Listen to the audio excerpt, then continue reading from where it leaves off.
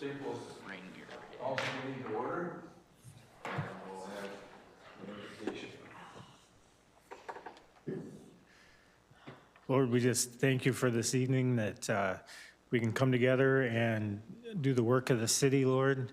I just pray that you would be with our council members as they come on Tuesday evenings twice a month. Lord, we know that's just the beginning of what they do. We thank you for their willingness to be on different committees throughout the month, Lord. And I just pray that you would be with them, be with their families. I pray that you would be with our police department as they serve our community, and likewise the fire department and EMTs and just every entity that makes our city work, Lord. I just thank you for everyone that is involved and willing to do their part. And Lord, I just pray that you would bless the rest of this meeting and that they would make decisions with you in mind. In Jesus' name, amen. Pledge allegiance to the flag of the United States of America and to the republic for which it stands, one nation, under God, indivisible, with liberty and justice for all. Well, we see our mayor on the TV. Can you hear us, Ron? Yes, I can hear you. All right. So, approval of agenda. So moved. Second? All in favor, say aye. Aye. Carried. Approval of consent calendar, which minutes from April 28th, and payment of bills. All in favor, say aye. Aye. Carried. Okay, consider approval of resolution 2032 liquor license for 2026, 2027. Copy of the resolution is in your packet, and looks like we have 6 liquor licenses. So, Second. any discussion? All in favor, say aye. Aye. Opposed, same sign. Aye. And consider approval of split combination of parcels, and the numbers are there. Yeah, well, I'm going to walk you through this a little bit.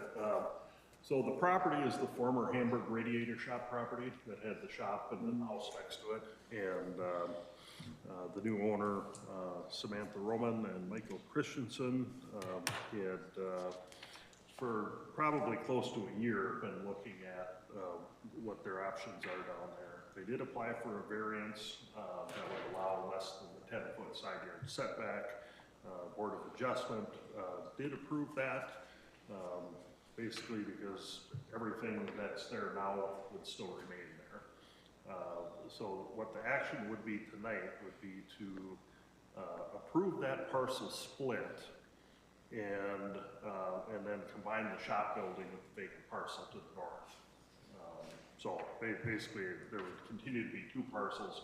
One of them would have the house on it, which their intent is to sell it, or to keep the shop building and utilize it for storage. So in your packet is their actual application, a certificate of survey of the property. Did we have the Board of Adjustment notes in the last 2 weeks ago? Yeah, 2 weeks. Okay, sorry. And one of the conditions that was put on them by the Board of Adjustment was that shop building would no longer be used as an auto shop in a residential area in the future, which we're planning to do anyway. So provides a little bit of protection for that residential neighborhood over there that we haven't had in the past. So my recommendation would be to approve the split and accommodation as requested. So moved. Second. Motion by John, second by Mary Jo. Any discussion? Yeah, Gerald, is that Was that zone commercial or is there a conditional use permit that went with that or? It goes back, I think, way before all of that. As I explained to the Board of Adjustment, that those two properties are the combination of all those properties. There's so many things that are grandfathered, non-conforming type things, setbacks to commercial in a residential zone. As far as I know, it's always been residential. I remember back when they started that, and I not, you know, I wasn't anywhere near the city council or city employee even, but I remember there was some things that went on, and I just don't know, is there something that says that if it was zone commercial, that it's no longer commercial? I don't think it was, but I almost thought there was a conditional use permit, or might have been. Is that null and void, or with this action, or how? At this point, it would be, if they, you know, if it was a residential area with the auto shop, you know, that would be discontinued with this action, and the variance, actually. Kind of the only reason I know is that I knew the person that lived across the street from there, and he's no longer around or no longer living. Yeah. But I knew that person, and I know there was some things that it wasn't, there was some uphill battle with that, getting that property to be an auto shop Oh, and a residential. yeah. So I don't know if there, I can believe that there would have been if, you know, if that was a residentially zoned property, you know. it was. And so I don't know what the history was. I asked the historian, Phil Lindeman. He said it was always there as long as he can remember. So the combination of the variance and the lot split and combination doesn't address every issue, obviously, that there is over there. There's still grandfathered, non-conforming issues, but it should allow that house to be sold and fixed up and somebody to live in it, and I think takes the shop use away to something that's more palatable. You know. Well, I guess where I'm going with it is that if those people decided to sell those two properties that are gonna combine it as one, I take it where those two garages are, right? Is that what's gonna, Well, there's if you look on the survey, it shows all of the buildings that are on there. So what will become tract A basically is the shop building and then that shed up along the north end of it. And then the house and, you know, call it a shed, garage, whatever, back by the alley would be part of the other one. well, my point is that and I'm not trying to hold things up here, but I know how things come back around, and somebody buys that house, and then they decide to sell that garage, or those garages, right? The house to is the south, they're gonna sell that, right? Right. Yep. And the former auto shop and then that other garage is gonna stay in the same parcel, right? It won't be on the same parcel, it'll be on a different parcel from the house. But anyway, if somebody decides to sell that old radiator shop to somebody and they decide to rekindle the old auto shop, You can't, Which they can't. they can't. It's residential. well, I understand that, but I guess there could have been some conditional use permit or something, unless it's been researched. There could be a conditional use permit, it could be. Well, this nullifies it. The variance, and that document is recorded with the conditions that were put in place, Yeah. that the owner is in agreement to. So I think we're on a pretty solid legal footing in that Okay. regard. I never But it's a said good that. question. All right. Okay, any other questions? All in favor, say aye. Aye. Opposed, same sign, carried.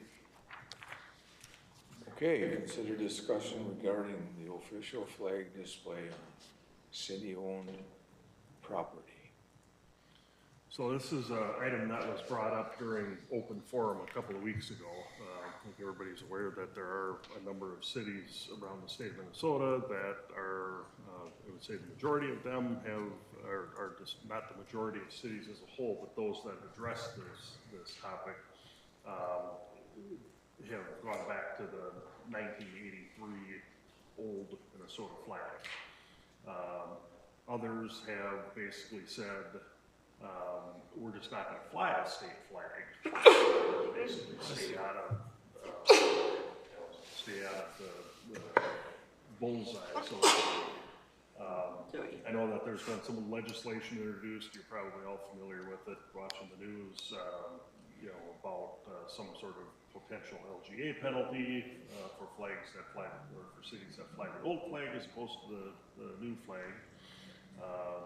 The cities that aren't flying any flag, because there is no requirement to fly a state flag, feel that they're kind of out of the fray on that topic. But based on the discussion 2 weeks ago, there seemed to be support to go back to the old 1983 flag. But I would say there's a few options for the council to consider.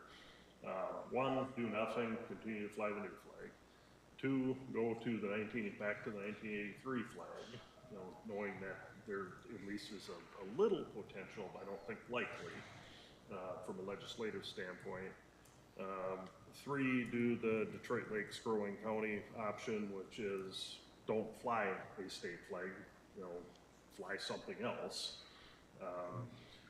Interestingly, yesterday I had somebody call me and say, I have a flag I'm interested in donating to the city that's too big for my flagpole. And I was thinking it was an American flag, but it turns out it was an America 250 type flag. And I know there's a variety of these. I thought the timing of it was kind of coincidental, perhaps. So there's other variations of this, but I kind of see those as the options where you need to pull America. I'll make a motion to go after the old flag. Second. Okay. Is there more than one location other than this, Gerald, that we fly a flag in? Right, the outside hole and this hole. Motion by Mary Jo, second by Blake. Any discussion? Would they give us a warning if they were gonna take away our LGA? I would hope so. And then we could just not fly a flag? I think that's a bail threat, to be honest with you. I think our governor's got himself in deep enough hole, he got time to screw with the other people around. It seems like posturing at this point, but you never I know. don't believe it'll get out of the House, and this is the last week of session. All right, yeah, just that question. Okay, you ready for the question? Yeah, the bad thing with this is it seems like it's people want to turn it into a party issue. If you lean one way, you're gonna want one flag, and if you lean the other way, you're gonna want the other flag. And I don't think it should be that. I think it was just handled poorly in the first place, and assumed that everybody would be on board with it. And I don't agree with that. So I would personally like to go back to the 83 flag as well. Okay, ready to vote? All in favor, say aye. Aye. Opposed, same sign, carried. I'll find somewhere else. Consider approval of I like that one. I do too. Yeah. permits for Knights of Columbus to conduct the raffle on August 23rd, 2026 at the Sacred Heart Catholic Church. A copy of the application is in your packet. So this, again, would coincide with that Railroad Days. So moved. Second. Motion by Blake, second by John. Any discussion? All in favor, say aye. Aye. Opposed, same sign. Aye. Committee reports. Jim, share with us. All right, so you've got the minutes in your packet. I think the only thing really of substance, we did get a quorum, so that was good. I know it's a busy time of the year, but the only thing really of substance is that I shared with those that were there. What Lucas had left behind is kind of like a report card on the strategic plan from 2023 to through 2028. And out of the 11, whatever you want to call them, pillars or benchmarks, 7 have been hit.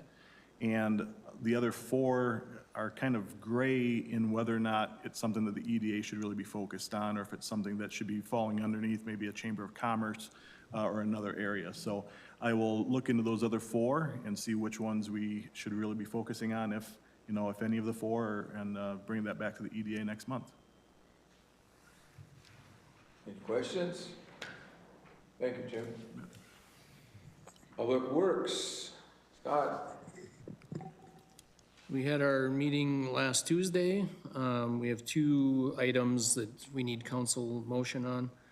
First thing is this winter when we were going over part-time and seasonal staff, we neglected to give the part-time seasonal mowers an increase. So it's recommended that we give the seasonal mowers an increase of 4%.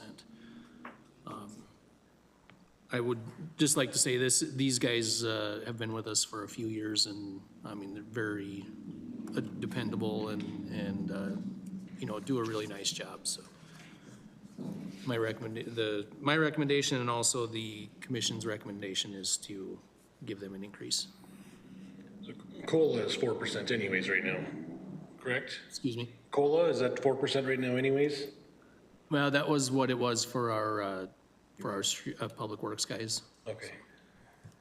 Yep. I'll make a motion to approve that. I'll second. Okay, motion by John, second by Mary. Any discussion? What does that end up to be their wage? It's in the packet here, but like the lead will be at 1879, and then one of the guys is at the 1040 hours, and the other one's getting close.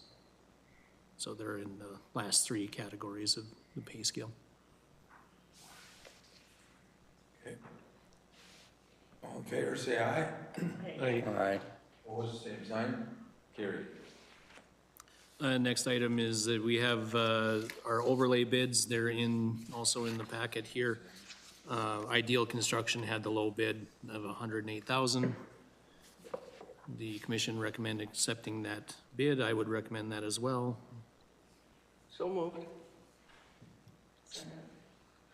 Moved by Mary, second by Mary Jo. Any discussion?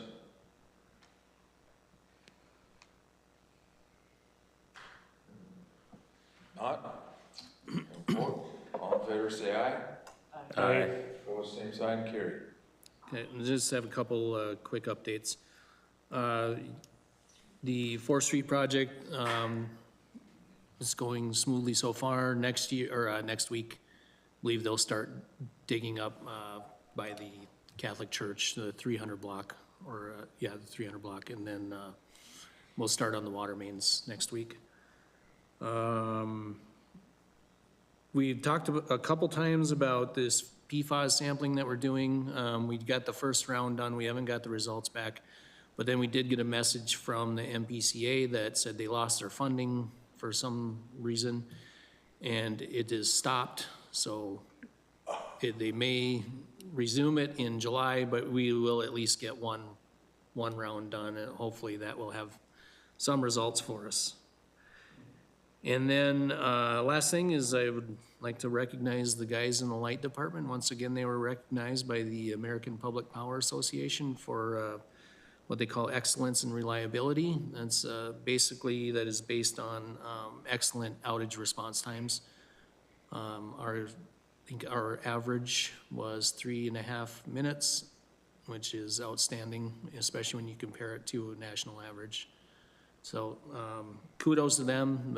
I would say the reason that we continue to receive this award is mostly through their hard work, their work during the year to do a good job of maintenance, and then they're very quick to respond, and also their experience allows them to respond quickly. So hats off to those guys.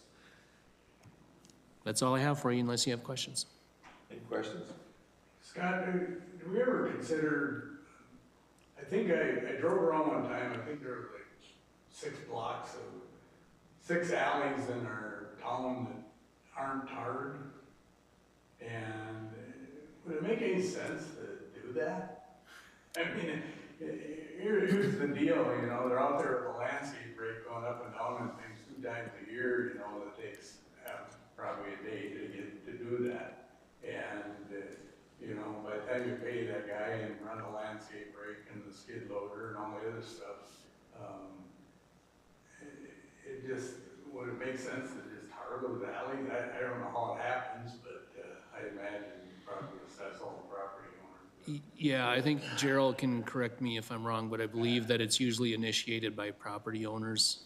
But I've already paid for mine to be tarred because I've been living there for 28 years or 30, actually 40 years, but, and they've gone up and down that 2 times a year for the plow and the landscape rake and all that, so. I'm good. So. Yeah. By the majority of benefiting property owners, so on your block, that would be you. You had to put petition in. And I waived the need to pay for that. Yeah, to get into, I mean, to maybe get a little more into your question, you know, I think there's 2 schools of thought because a lot of times, you know, when they pave it, if there's a good slope to it, paving makes sense most of the time because you'll have a lot of that class 5 being washed away and, you know, however, when it's flat, class 5 does hold up. Yeah, we do have to do maintenance on it, but with the garbage trucks picking up garbage in the alleys, our alleys really get beat up. So there's 2 considerations there. But yeah, if a homeowner initiated it, you know, certainly I think we'd consider it.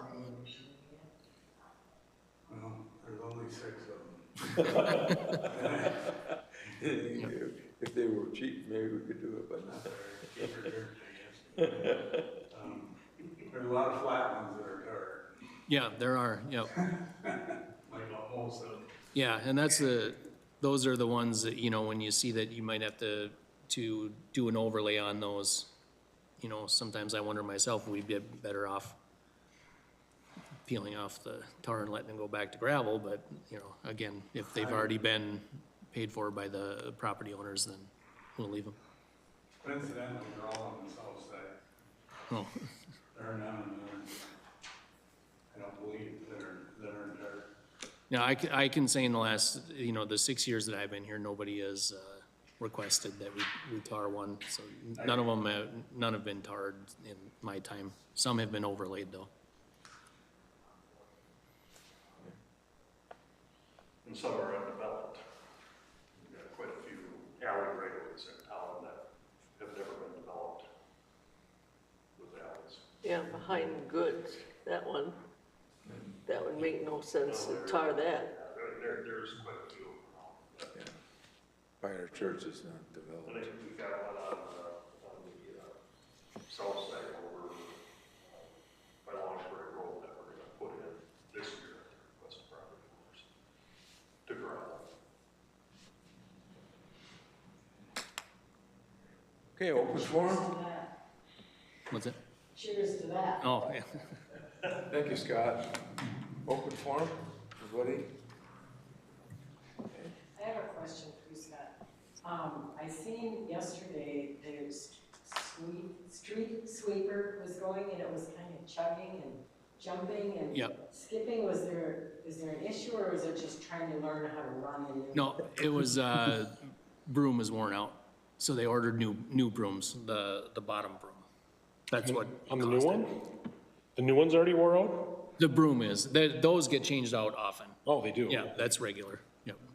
yeah, I seen that. Yep, yeah, I just found that out too, yeah. Repair?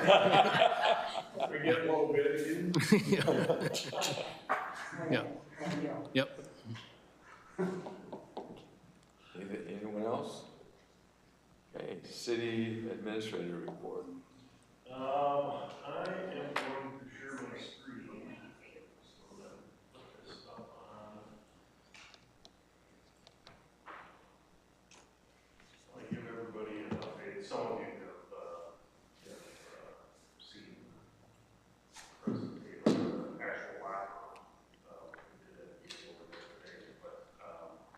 just let everybody know where things are at over at the community center with the locker room project. So this is kind of a mid, March to current day where it sits.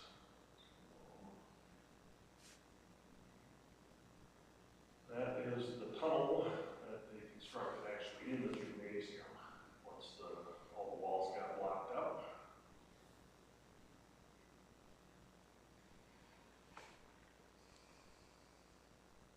Showers, bathroom partitions.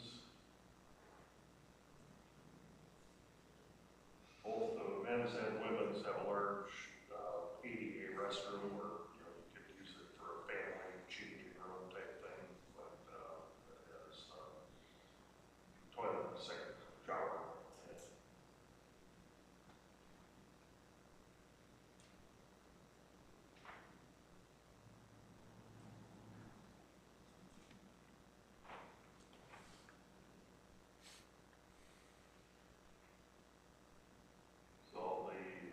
We've talked about the pipes and stuff before, but this is part of just some photos of the timeline that they were in relocating those pipes and a lot of finished electric.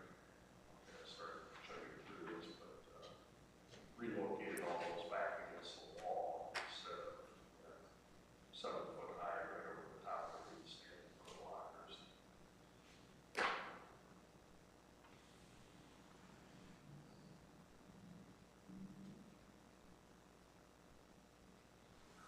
Ductwork.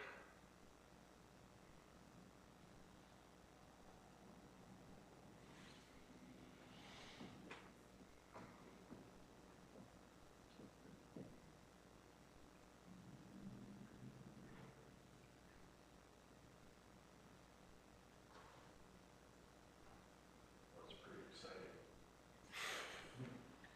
Put some music to this. Right? I'll have Lacey work on that. Starts to look better. Everything.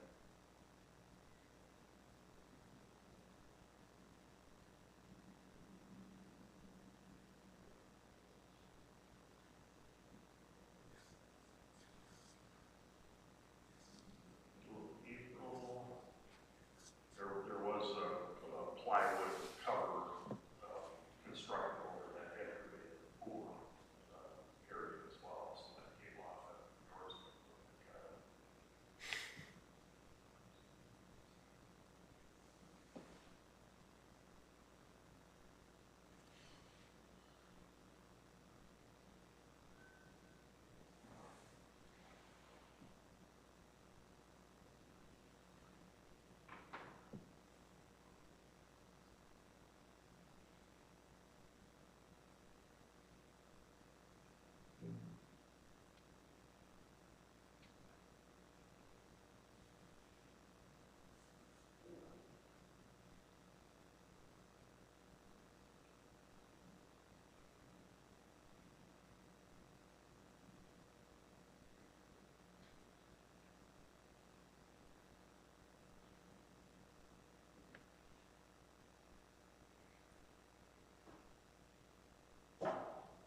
Definitely starting to take shape.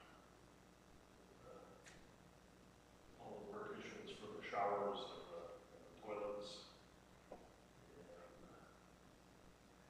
And the lockers. So all the lockers are now in, they're just working on a few more partition doors. And at that point, it's well, time to get it cleaned up. The benches are here. Most of them are installed in the Awesome. I think just one section is installed in beds at this point. We should finish that tomorrow. And they took that, initial tunnel down, so. It's getting close. The occupied meetings are getting excited, so. It looks very nice. Yeah, it really does, it really does. If you spent any time in the locker rooms in the last 15 years, and pretty drastic change. So, and the shower drains should drain. That helps. Yeah. Better. So, we are looking, we don't have a date, an exact date pinned down yet, but, that week, the first week of June, sometime in there to do kind of an open house, both for the locker rooms and also for, all the new fitness center equipment that, Liquid donated money for, so. Is that installed yet, the equipment? Next Monday. It was supposed to be this week, but it got pushed back a week, so the existing equipment is coming down out of there, on Thursday. The new stuff will go in Monday, Tuesday, and then I think have a training on Thursday. It'll be nice. Basically, as was pointed out at the Park and Rec Board, you know, you've shined up one area of it, and all of a sudden something else looks a little ratty. So more painting and all that kind of stuff. Step by step. So this, you know, like I've said before, the locker room project is finally a project that the users of the facility will actually see.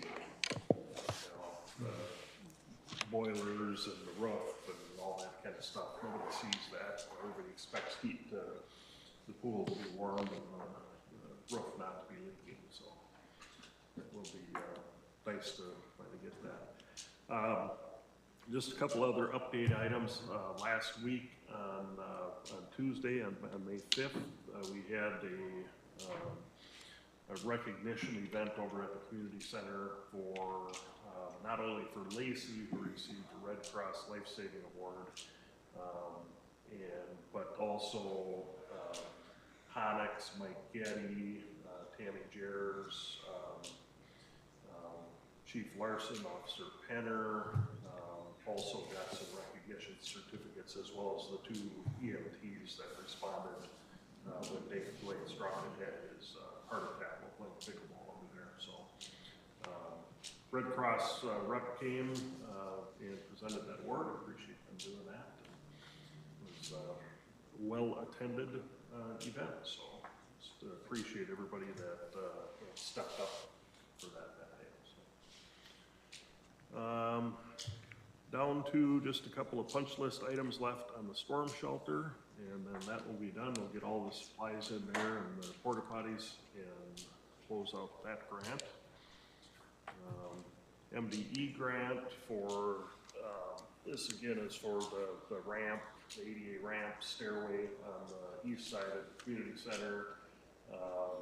Fixing up the main classroom at the community center, new flooring, AV equipment, projectors, speakers, microphones, cameras, all that, to be able to do educational programming in there.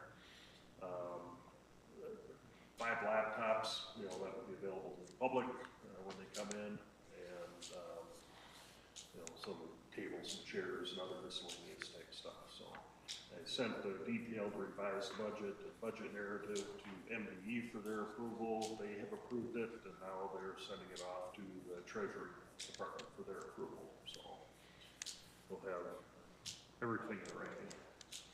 Should be good shape there. May 28th, Thursday at the Community Center parking lot bike rodeo, 5 o'clock to 7 o'clock, I believe. So you can come help even if you're not, you know, Rotarian. We'll let you in. And then May 29th, citywide cleanup, 3 o'clock, 7 o'clock. Street shop. I know Staples Mountain Beyond Poverty is I think still accepting applications for some assistance if people need help, can't lift it or can't pay for it, and it'll be good. We're off into summer here. So. And tomorrow's the day of caring with the yes. students coming and helping people in the community. That'll be great. And then I noticed in the paper that Mid-Minnesota has their groundbreaking next week, so it'll be good to have something happening to that lake. 18? Yeah, Monday, I think at 2 to 2:30 or something like that. Yeah, I believe it's Monday the 18th. Yep. I'm excited to get something there. Looks kinda lonely, Yeah, but the dirt piles are less than attractive, so it'd be good to have a track hoe in there moving that stuff around, so. I have dandelions in my yard I'd be willing to beautify it with, get a little color. Yeah. That's all I have, unless anybody has questions. I make a motion to adjourn. All in favor, say aye. Aye. Thank you, everyone.